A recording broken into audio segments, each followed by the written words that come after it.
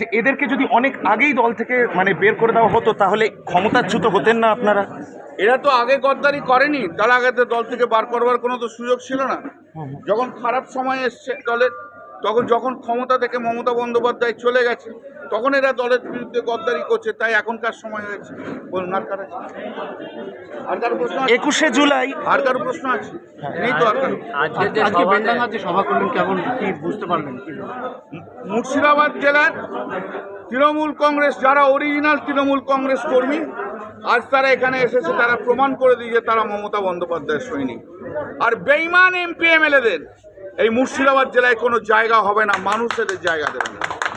কল্যাণদা, 21শে জুলাই আপনারা এখনো পারমিশন পাননি, কিন্তু কংগ্রেস দাবি করছে যে তৃণমূলের এটা প্রোগ্রামই হওয়া উচিত নয়। সেটা ঠিক আছে, আগে তো কখনো বলেনি, আজকে হঠাৎ বলছে কেন?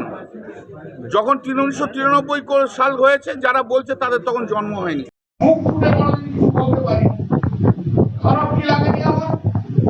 ভারতবর্ষের পার্লামেন্টের সামনে থেকে দাঁড়িয়ে সুদীপ বন্দ্যোপাধ্যায়কে যখন ছেড়ে নিয়ে গেছিল, টানা 1.5 থেকে 2 বছর 2015-16 সালে চোর চোর চোর চোর শুনতে হয়নি?